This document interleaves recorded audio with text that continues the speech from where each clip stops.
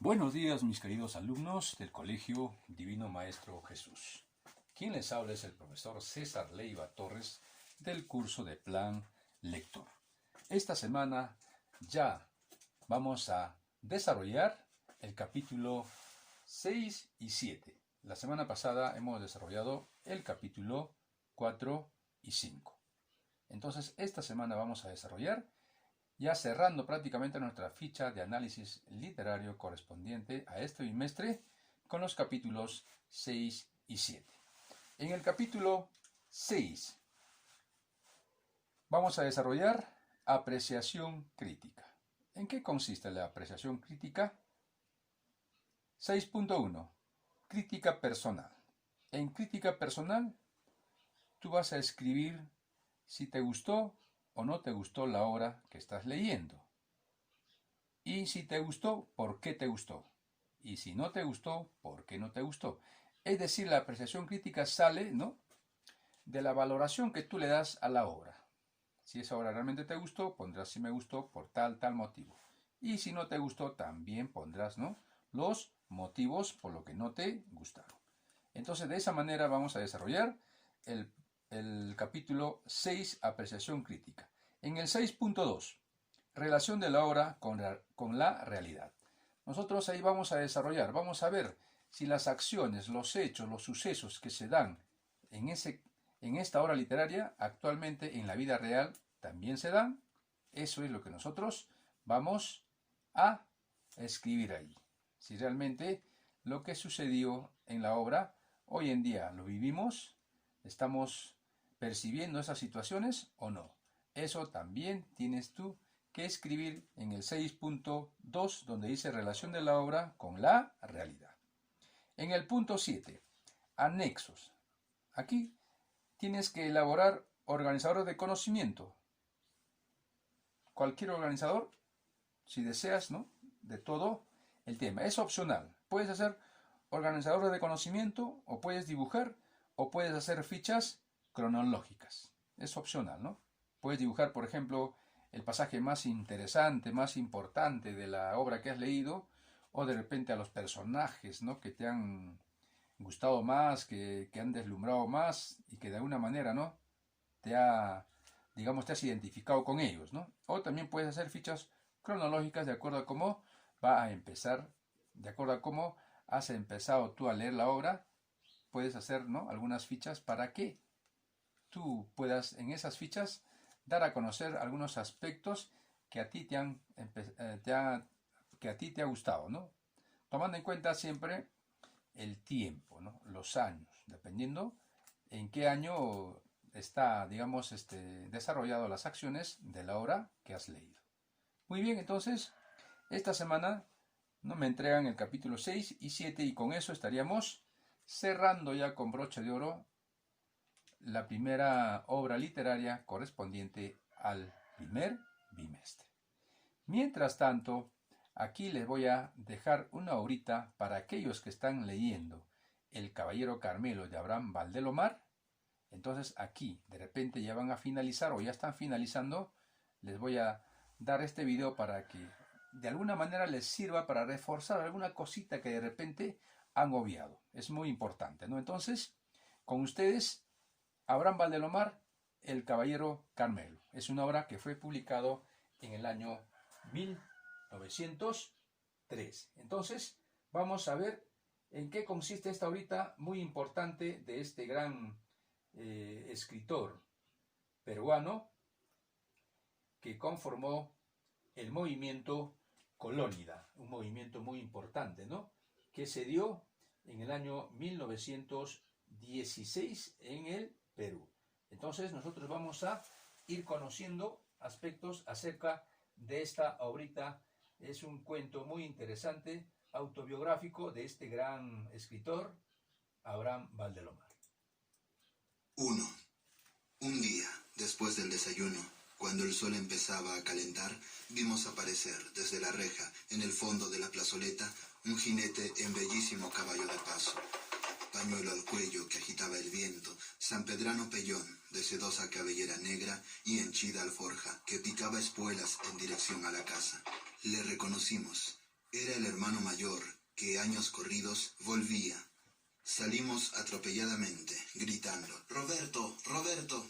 Entró el viajero al empedrado patio donde el florbo y la campanilla se enredaban en las columnas como venas en un brazo, y descendió en los de todos nosotros. Cómo se regocijaba mi madre, lo tocaba, acariciaba su piel. Lo encontró viejo, triste, delgado, con su ropa empolvada aún. Roberto recorría las habitaciones rodeado de nosotros. Fue a su cuarto, pasó al comedor, vio los objetos que se habían comprado durante su ausencia y llegó al jardín. «¿Y la higuerilla?», dijo. Buscaba, entristecido, aquel árbol cuya semilla sembrara él mismo antes de partir. Reímos todos. «Bajo la higuerilla estás». El árbol había crecido y se mecía armoniosamente con la brisa marina. Le tocó mi hermano, limpió cariñosamente las hojas que le rozaban la cara y luego volvimos al comedor. Sobre la mesa estaba la alforja rebosante. Sacaba él, uno a uno, los objetos que traía y los iba entregando a cada uno de nosotros. ¡Qué cosas tan ricas! ¿Por dónde había viajado? Quesos frescos y blancos, envueltos por la cintura con paja de cebada de la quebrada de Humay. Chancacas hechas con cocos, nueces, maní y almendras. Frijoles colados en sus redondas calabacitas, pintadas encima con un rectángulo del propio dulce que indicaba la tapa, de chincha baja. Bizcochuelos en sus cajas de papel, de yema de huevo y harina de papas, leves, esponjosos, amarillos y dulces. Santitos de piedra de Huamanga, tallados en la feria serrana. Cajas de manjar blanco, tejas rellenas y una traba de gallo con los colores blanco y rojo. Todos recibíamos el obsequio, y él iba diciendo al entregárnoslo: «Para mamá, para Rosa, para Jesús, para Héctor». «¿Y para papá?», le interrogamos cuando terminó. «Nada». «¿Cómo? ¿Nada para papá?». Sonrió el amado, llamó al sirviente y le dijo: «El Carmelo». A poco volvió éste con una jaula y sacó de ella un gallo, que libre estiró sus cansados miembros, agitó las alas y cantó estentóreamente. «Para papá», dijo mi hermano. Así entró en nuestra casa este amigo íntimo de nuestra infancia, ya pasada, a quien acaeciera historia digna de relato, cuya memoria perdura aún en nuestro hogar como una sombra alada y triste: el caballero Carmelo. 2. Amanecía en Pisco alegremente, a la agonía de las sombras nocturnas, en los frescos del alba, en el radiante despertar del día. Sentíamos los pasos de mi madre en el comedor preparando el café para papá. Se marchaba éste a la oficina. Despertaba ella a la criada, chirriaba la puerta de la calle con sus mohosos goznes. Oíase el canto del gallo, que era contestado por todos los de la vecindad. Sentíase el ruido del mar, el frescor de la mañana, la alegría sana de la vida. Después, mi madre venía a nosotros, nos hacía rezar arrodillados en la cama con nuestras blancas camisas de dormir. Vestíamos luego, y al concluir nuestro tocado, se anunciaba a lo lejos la voz del panadero. Llegaba éste a la puerta y saludaba. Era un viejo dulce y bueno, y hacía muchos años, al decir de mi madre, que llegaba todos los días a la misma hora con el pan calientito y apetitoso, montado en su burro detrás de los capachos de cuero, repletos de toda clase de pan, hogazas, pan francés, pan de mantecado, rosquillas. Madre escogía el que habíamos de tomar y mi hermana Jesús lo recibía en el cesto. Se marchaba el viejo, y nosotros, dejando la provisión sobre la mesa del comedor, cubierta de hule brillante, íbamos a dar de comer a los animales. Cogíamos las mazorcas de apretados dientes, las desgranábamos en un cesto y entrábamos al corral donde los animales nos rodeaban. Volaban las palomas, picoteábanse las gallinas por el grano, y entre ellas escabullíanse los conejos. Después de su frugal comida, hacían grupo alrededor nuestro. Venía hasta nosotros la cabra, refregando su cabeza en nuestras piernas. Piaban los pollitos, tímidamente se acercaban los conejos blancos, con sus largas orejas, sus redondos ojos brillantes y su boca de niña presumida. Los patitos, recién sacados, amarillos como la yema de huevo, trepaban en un panto de agua. Cantaba desde su rincón, entrabado, el Carmelo. Y el pavo, siempre orgulloso, alaraquero y antipático, hacía por doñarnos, mientras los patos, balanceándose como dueñas gordas, hacían por lo bajo comentarios sobre la actitud poco gentil del petulante. Aquel día, mientras contemplábamos a los discretos animales, se escapó del corral el pelado, un pollón sin plumas que parecía uno de aquellos jóvenes de 17 años, flacos y golosos. Pero el pelado, a más de eso, era pendenciero y escandaloso. Y aquel día, mientras la paz era en el corral y los otros comían el modesto grano, él, en pos de mejores viandas, se había encaramado en la mesa del comedor y roto varias piezas de nuestra limitada vajilla. En el almuerzo se trató de suprimirlo, y cuando mi padre supo sus fechorías, dijo pausadamente: «Nos lo comeremos el domingo». Lo defendió mi tercer hermano, Anfiloquio, su poseedor, suplicante y lloroso. Dijo que era un gallo que haría crías espléndidas. Agregó que desde que había llegado el Carmelo, todos miraban mal al pelado, que antes era la esperanza del corral, y el único que mantenía la aristocracia de la afición y de la sangre fina. «¿Cómo no matan?», dijo, en defensa del gallo, «a los patos, que no hacen más que ensuciar el agua, y al cabrito, que el otro día aplastó un pollo, ni al puerco, que todo lo enloda, y solo sabe comer y gritar, ni a las palomas, que traen la mala suerte». Se adujo razones. El cabrito era un bello animal, de suave piel, alegre, simpático, inquieto, cuyos cuernos apenas apuntaban. Además, no estaba comprobado que hubiera muerto al pollo. El puerco mofletudo había sido criado en casa desde pequeño, y las palomas, con sus alas de abanico, eran la nota blanca. Se subían a la cornisa a conversar en voz baja, hacían sus nidos con amoroso cuidado y se sacaban el maíz del buche para darlo a sus polluelos. El pobre pelado estaba condenado. Mis hermanos pidieron que se le perdonase, pero las roturas eran valiosas y el infeliz solo tenía un abogado, mi hermano y su señor, de poca influencia. Viendo ya perdida su defensa y estando la audiencia al final, pues iban a partir la sandía, inclinó la cabeza. 2 gruesas lágrimas cayeron sobre el plato como un sacrificio. Un sollozo se ahogó en su garganta. Callamos todos. Se levantó mi madre, se acercó al muchacho, lo besó en la frente y le dijo: «No llores, no nos lo comeremos». 3. Quien sale de Pisco, de la plazuela sin nombre, salitrosa y tranquila, vecina a la estación y toma por la calle del Castillo, que hacia el sur se alarga, encuentra, al terminar, una plazuela donde quemaban a Judas el domingo de Pascua de Resurrección. Desolado lugar, en cuya arena verdeguean a trechos las malvas silvestres. Al lado del poniente, en vez de casas, extiende el mar su manto verde, cuya espuma teje complicados encajes al besar la húmeda orilla.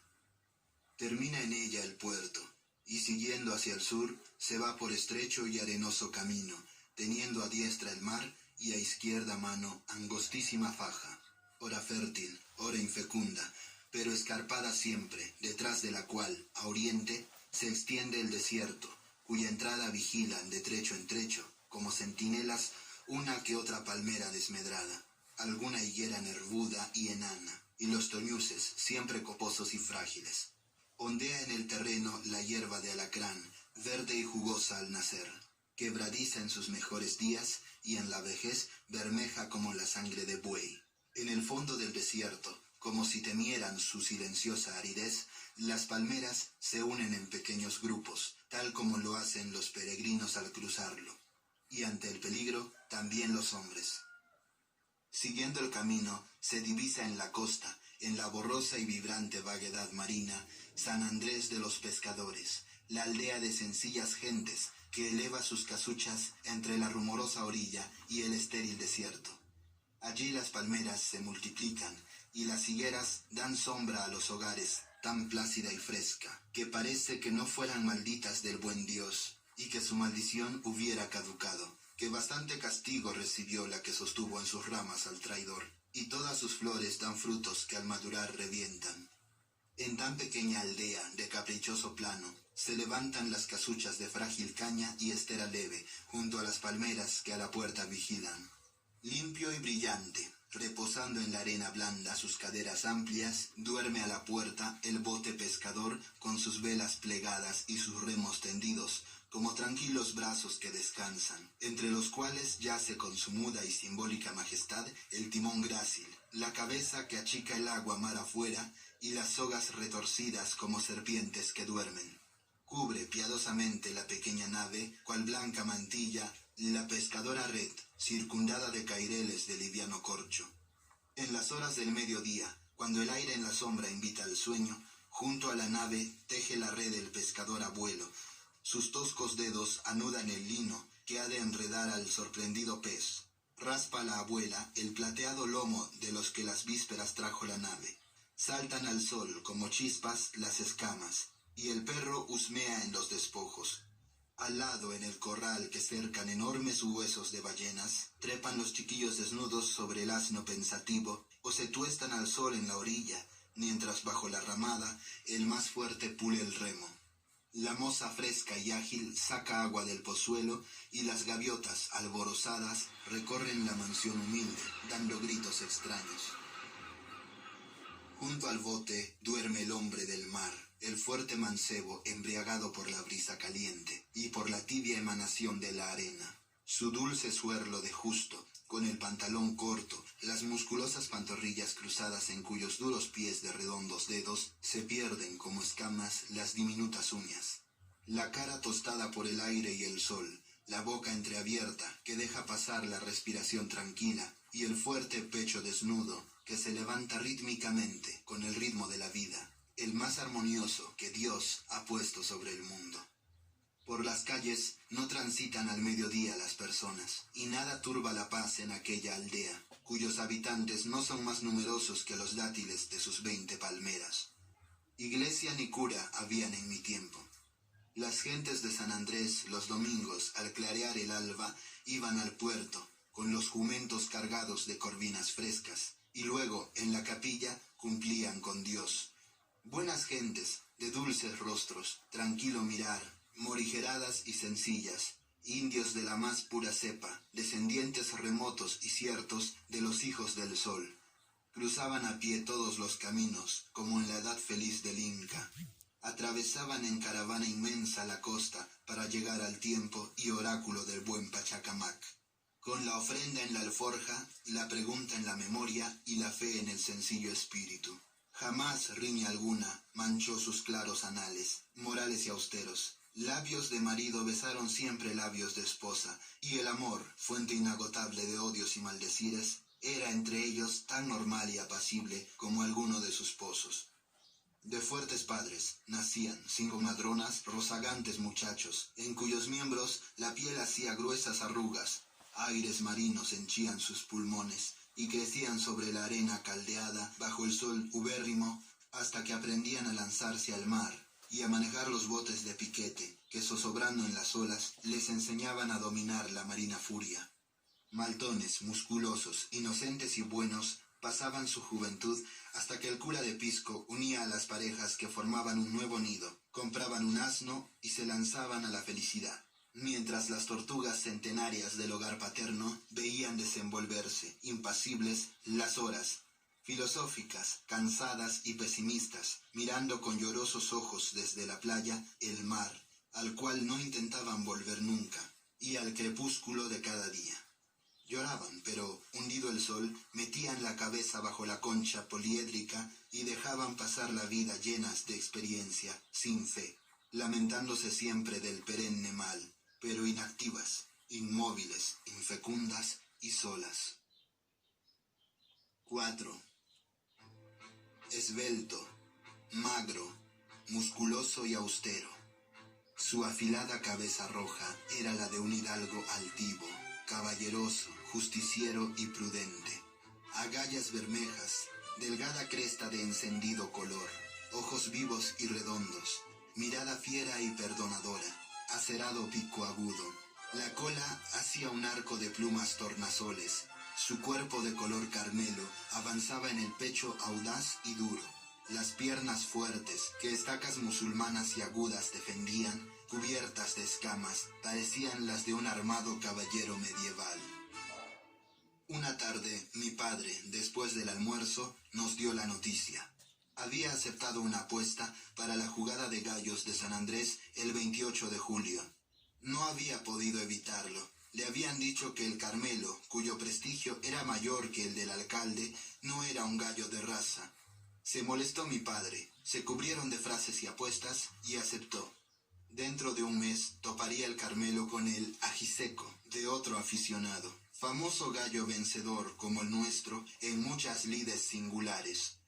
Nosotros recibimos la noticia con profundo dolor. El Carmelo iría a un combate y a luchar a muerte, cuerpo a cuerpo, con un gallo más joven y más fuerte. Hacía ya 3 años que estaba en casa. Había él envejecido mientras crecíamos nosotros. ¿Por qué aquella crueldad de hacerlo pelear? Llegó el terrible día. Todos en casa estábamos tristes. Un hombre había venido 6 días seguidos a preparar al Carmelo. A nosotros ya no nos permitían ni verlo. El día 28 de julio, por la tarde, vino el preparador y de una caja llena de algodones sacó una media luna de acero con unas pequeñas correas. Era la navaja, la espada del soldado. El hombre la limpiaba, probándola en la uña, delante de mi padre. A los pocos minutos, en silencio, con una calma trágica, sacaron al gallo que el hombre cargó en sus brazos como a un niño. Un criado llevaba la cuchilla y mis 2 hermanos le acompañaron. ¡Qué crueldad!, dijo mi madre. Lloraban mis hermanas y la más pequeña, Jesús, me dijo en secreto antes de salir: «Oye, anda junto con él, cuídalo, pobrecito». Se llevó la mano a los ojos, se echó a llorar y yo salí precipitadamente. Y hube de correr unas cuadras para poder alcanzarlos. Llegamos a San Andrés. El pueblo estaba de fiesta. Banderas peruanas se agitaban sobre las casas por el Día de la Patria, que allí sabían celebrar con una gran jugada de gallos, a la que solían ir todos los hacendados y ricos hombres del valle. En Ventorrillos, a cuya entrada había arcos de sauce envueltos en colgaduras, y de los cuales pendían alegres quitasueños de cristal, vendían chicha de bonito, butifarras, pescado fresco asado en brasas y anegado en cebollones y vinagre. El pueblo los invadía, parlanchín y endomingado, con sus mejores trajes. Los hombres de mar lucían camisetas nuevas de horizontales franjas rojas y blancas, sombreros de junco, alpargatas y pañuelos anudados al cuello. Nos encaminamos a la cancha. Una frondosa higuera daba acceso al circo, bajo sus ramas enarcadas. Mi padre, rodeado de algunos amigos, se instaló. Al frente estaba el juez, y a su derecha, el dueño del paladín ajiseco. Sonó una campanilla. Acomodáronse las gentes y empezó la fiesta. Salieron por lugares opuestos 2 hombres, llevando cada uno un gallo. Los lanzaron al ruedo, con singular ademán. Brillaron las cuchillas. Se miraron los adversarios, 2 gallos de débil contextura, y uno de ellos cantó. Colérico respondió el otro echándose al medio circo. Se miraron fijamente, alargaron los cuellos, erizadas las plumas, y se acometieron. Hubo ruido de alas, plumas que volaron, gritos de muchedumbre, y a los pocos segundos de jadeante lucha cayó uno de ellos.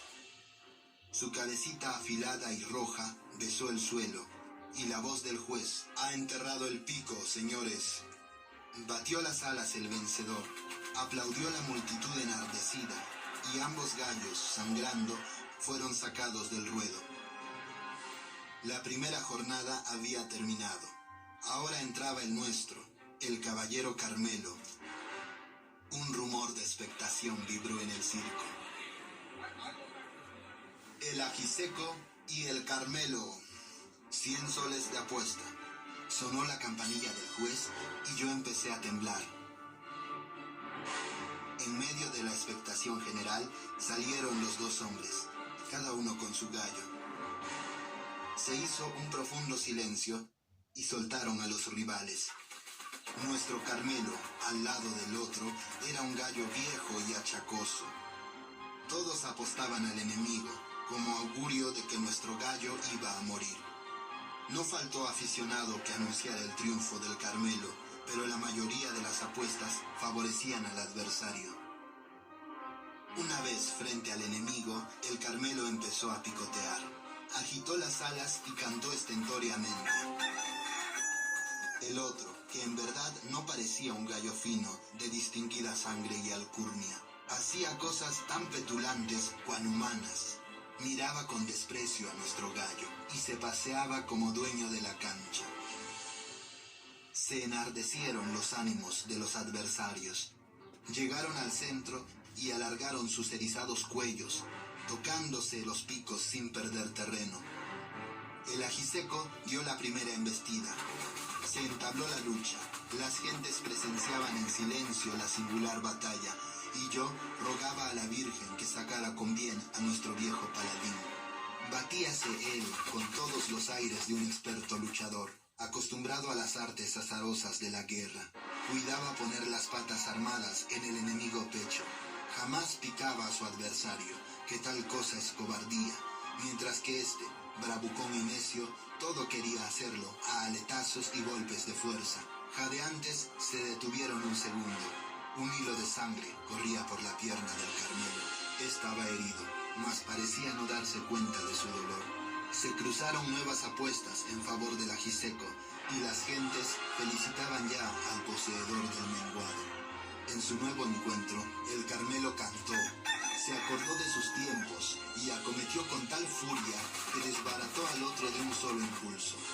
Se levantó este, y la lucha fue cruel e indecisa. Por fin, una herida grave hizo caer al Carmelo, jadeante. ¡Bravo! ¡Bravo el ajiseco!, gritaron sus partidarios creyendo ganada la prueba. Pero el juez, atento a todos los detalles de la lucha y con acuerdo de cánones, dijo: «Todavía no ha enterrado el pico, señores». En efecto, se incorporó el Carmelo. Su enemigo, como para humillarlo, se acercó a él sin hacerle daño. Nació entonces, en medio del dolor de la caída, todo el coraje de los gallos del Caucato. Incorporado el Carmelo, como un soldado herido, acometió de frente y definitivo sobre su rival, una estocada que lo dejó muerto en el sitio. Fue entonces cuando el Carmelo, que se desangraba, se dejó caer, después que el ajiseco había enterrado el pico. La jugada estaba ganada, y un clamoreo incesante se levantó en la cancha. Felicitaron a mi padre por el triunfo, y como esa era la jugada más interesante, se retiraron del circo mientras resonaba un grito entusiasta. ¡Viva el Carmelo! Yo y mis hermanos lo recibimos y lo condujimos a casa, atravesando por la orilla del mar el pesado camino y soplando aguardiente bajo las alas del triunfador que desfallecía. 5. 2 días estuvo el gallo, sometido a toda clase de cuidados. Mi hermana Jesús y yo le dábamos maíz, se lo poníamos en el pico, pero el pobrecito no podía comerlo ni incorporarse. Una gran tristeza reinaba en la casa. Aquel segundo día, después del colegio, cuando fuimos, yo y mi hermana, a verlo, lo encontramos tan decaído que nos hizo llorar. Le dábamos agua con nuestras manos, le acariciábamos, le poníamos en el pico rojos granos de granada. De pronto el gallo se incorporó. Caía la tarde, y por la ventana del cuarto donde estaba entró la luz sangrienta del crepúsculo. Se acercó a la ventana, miró la luz, agitó débilmente las alas y estuvo largo rato en la contemplación del cielo. Luego abrió nerviosamente las alas de oro, se enseñoreó y cantó. Retrocedió unos pasos, inclinó el tornasolado cuello sobre el pecho, tembló, se desplomó y estiró sus débiles patitas escamosas y mirándonos amoroso, expiró apaciblemente.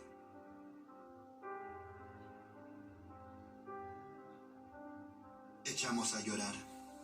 Fuimos en busca de mi madre y ya no lo vimos más.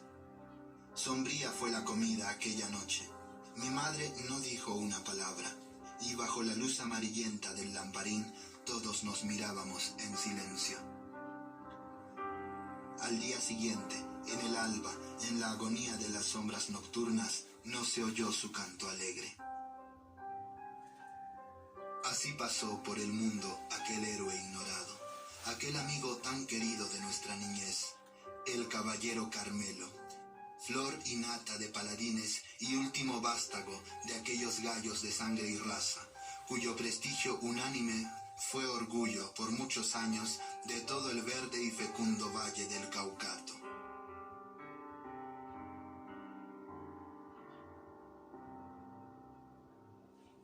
Fin.